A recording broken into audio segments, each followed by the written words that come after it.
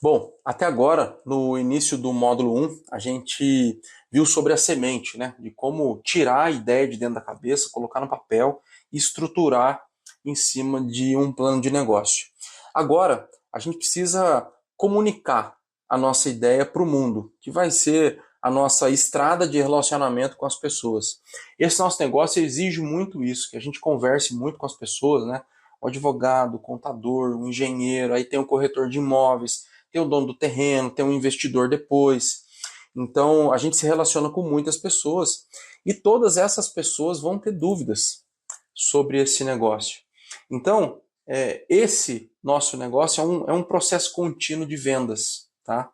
E nessa estrada a gente tem que desenvolver muito bem o discurso. E aí vai ter muita dúvida, vai ter muita pergunta e a gente tem que desenvolver muitas respostas, né? A gente tem que responder as questões das pessoas para que elas não tenham dúvidas. O investidor, por exemplo, se ele tiver dúvida, ele não entra no negócio. O terrenista, o dono do terreno, é a mesma coisa. No negócio de permuta, o dono do terreno ele tem que entender todos os riscos envolvidos no negócio para ele poder fazer a conta dele lá e ver se compensa. E para isso, compensa para ele, né? E para isso a gente precisa argumentar, a gente precisa mostrar para ele que o nosso negócio é um bom negócio, que se ele vier a ser nosso parceiro, a gente vai ganhar junto, né? Para isso a gente precisa organizar as nossas ideias desde já, escrever a nossa história, né? A história do nosso negócio. E aí quando eu falo escrever a história, é história mesmo, de forma lúdica, tá? De forma lúdica no sentido do nosso discurso fazer com que as pessoas imaginem como que esse negócio nosso funciona. E para isso, a gente precisa entrar num processo de aprendizagem nosso aqui e escrever a nossa história, tá? A princípio, a nossa história ela vai ser só nossa, tá? A gente tem que desenvolver ela de forma que ela seja realmente só a nossa história, que a gente não comece a responder perguntas ainda. Por quê? Eu vou explicar, vocês vão matar a charada já. Quando eu for fazer uma reunião com o meu advogado, a gente vai ver agora no módulo 2 isso, tá? No módulo 2 a gente vai estudar o time de trabalho e vocês vão ter uma atividade prática de ir buscar os profissionais que vão trabalhar com vocês. Então, quando você for conversar com o advogado que provavelmente você vai contratar, você precisa contar uma história para ele de como que seu negócio vai funcionar. Chega lá para ele e explicar, ó, doutor, eu quero fazer um negócio assim, assado, inclusive eu tenho um plano de negócio escrito aqui, né, ele funciona dessa forma. Um advogado especializado como você, por exemplo, é a peça-chave nesse negócio aqui, e a gente precisa explicar isso para ele. Essa nossa história, no primeiro momento, né, o nosso discurso, ele vai ser muito nosso, porque nós que trabalhamos nisso até agora sozinhos aqui, tá? A partir do momento que eu levo e converso com um advogado, por exemplo, o advogado vai trazer as questões jurídicas dele. Ele vai ter dúvidas. A partir do momento que você explica uma coisa para uma pessoa, essa pessoa vai ter dúvidas sobre o negócio, tá? E o advogado vai te fazer algumas perguntas a partir das dúvidas dele. Muitas das perguntas você não vai saber responder. Por isso é importante nessas primeiras reuniões levar um bloquinho de notas, anotar tudo, para que você desenvolva essas respostas. E por isso que não tem problema, logo nas primeiras reuniões com essas pessoas, a gente errar, testar ali a nossa argumentação, a forma de explicar o funcionamento desse negócio. Então, quando a gente conseguir responder as dúvidas do advogado, a gente vai ter a nossa história já sendo moldada pelas dúvidas do advogado. E isso melhora o nosso repertório, tá? Quando a gente for fazer uma reunião com o contador, então a gente já tem a nossa história e as dúvidas do advogado respondidas no nosso repertório. Então, algumas perguntas que o contador fizer para a gente já vai saber responder.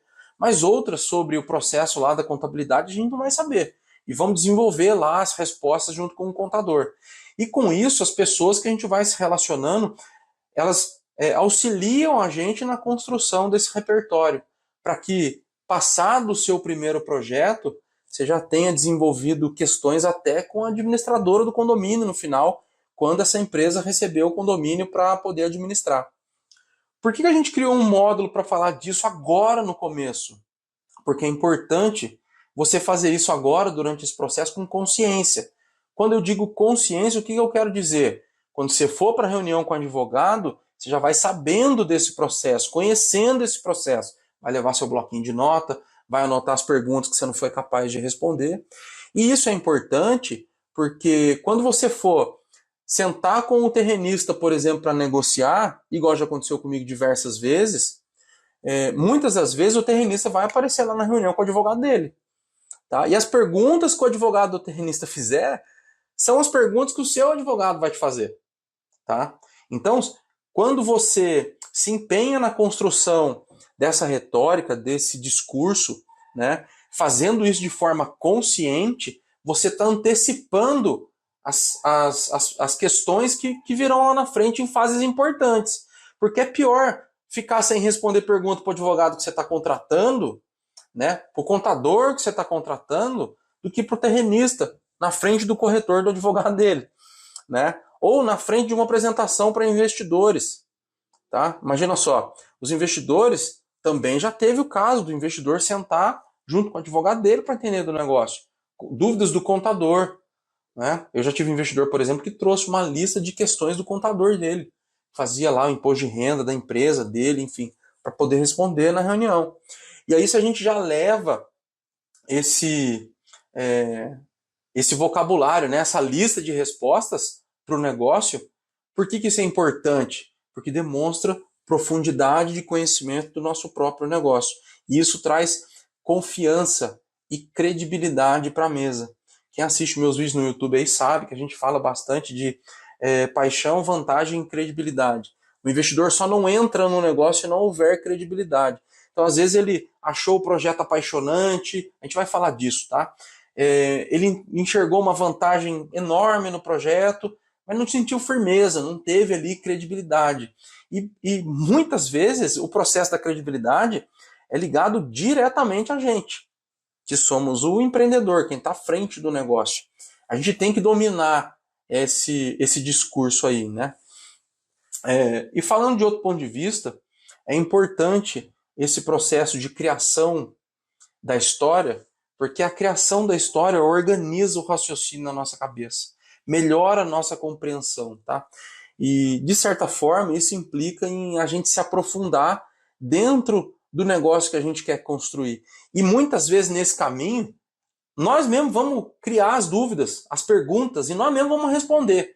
Então, muitas vezes que a gente vai estar lá no campo conversando com as pessoas vão fazer uma pergunta que você mesmo já fez para você.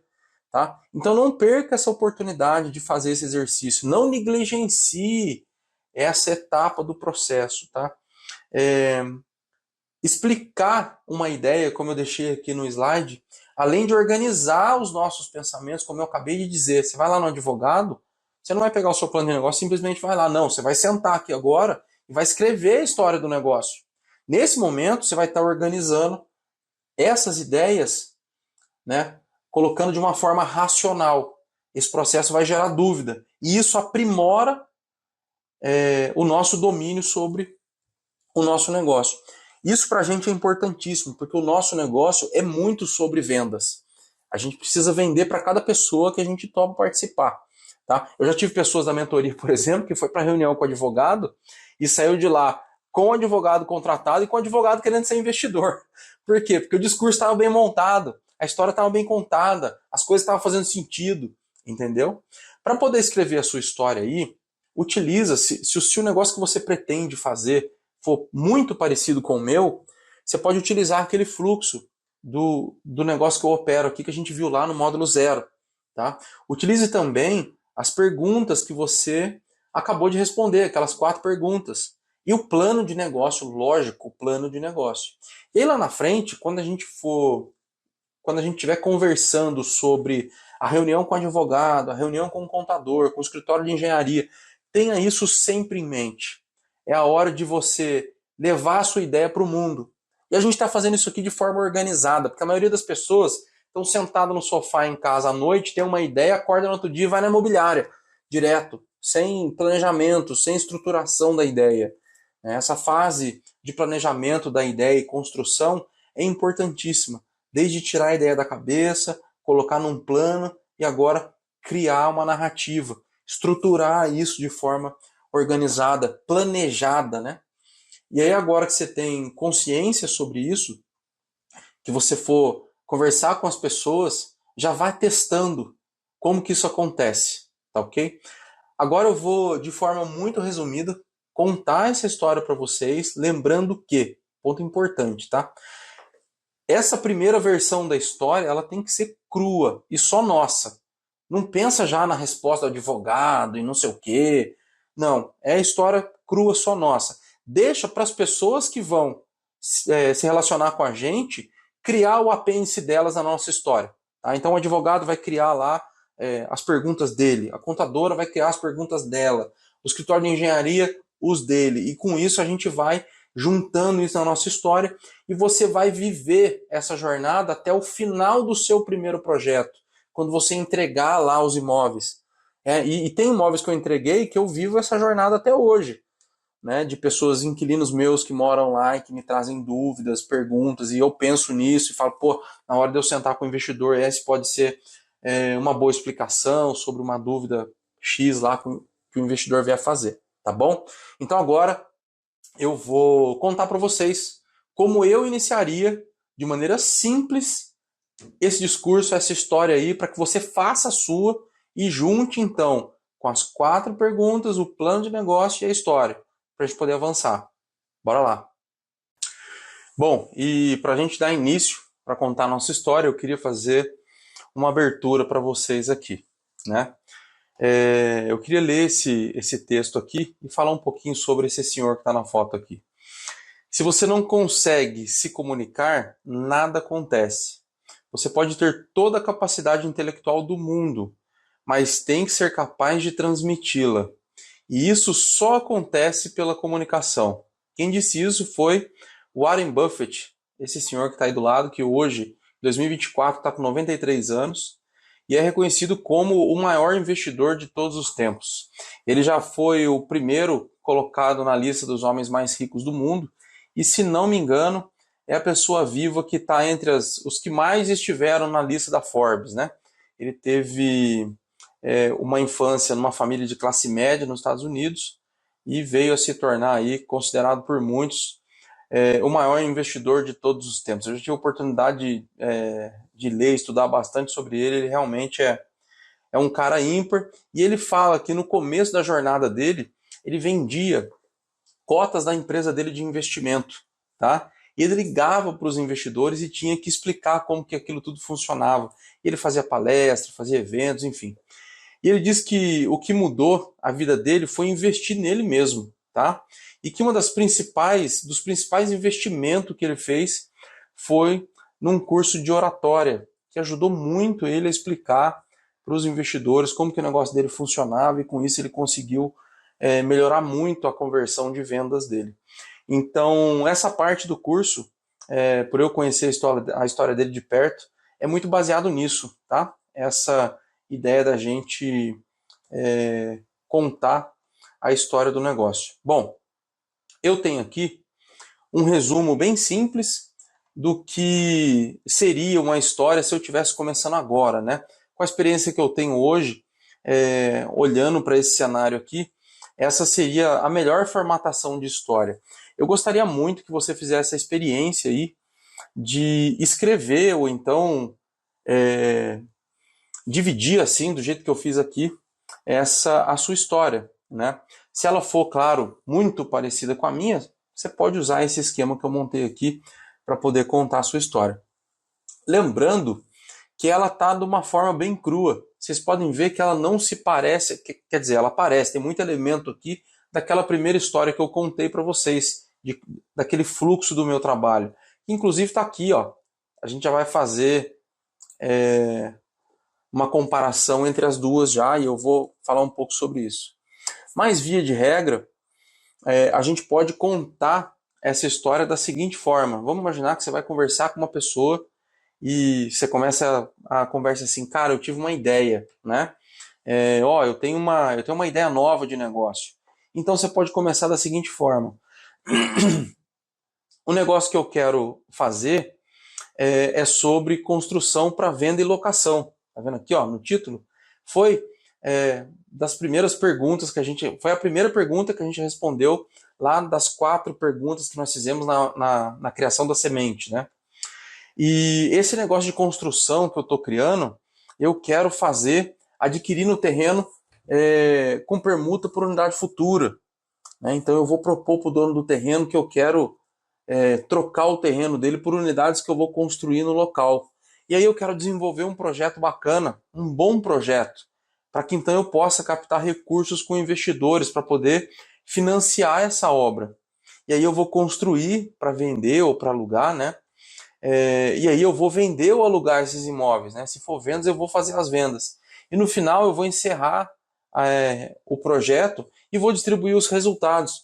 Eu vou pagar o terrenista, eu vou pagar os investidores e vou ganhar uma taxa por isso, né? Eu vou ganhar uma parte dos resultados como administrador desse negócio.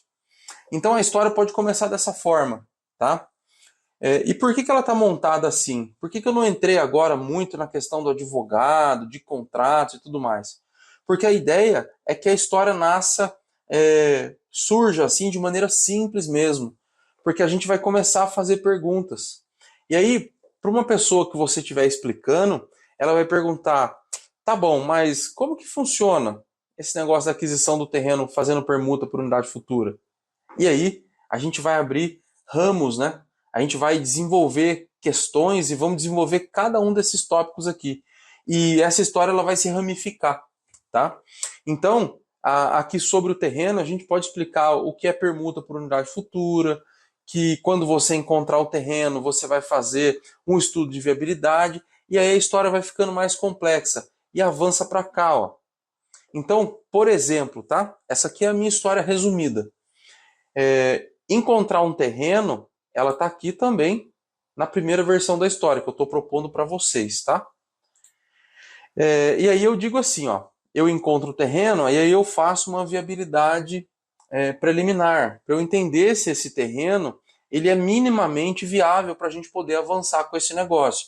Essa viabilidade preliminar é uma fase mais rápida do processo. Eu consigo fazer isso aqui em 24 horas, em um dia eu consigo fazer uma viabilidade preliminar.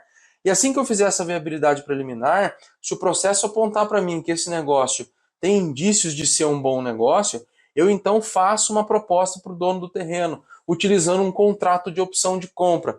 Olha, aqui, quando eu falo no contrato de opção de compra, já tem um instrumento jurídico. Aqui já teria a mão do advogado nesse processo, na história, entendeu?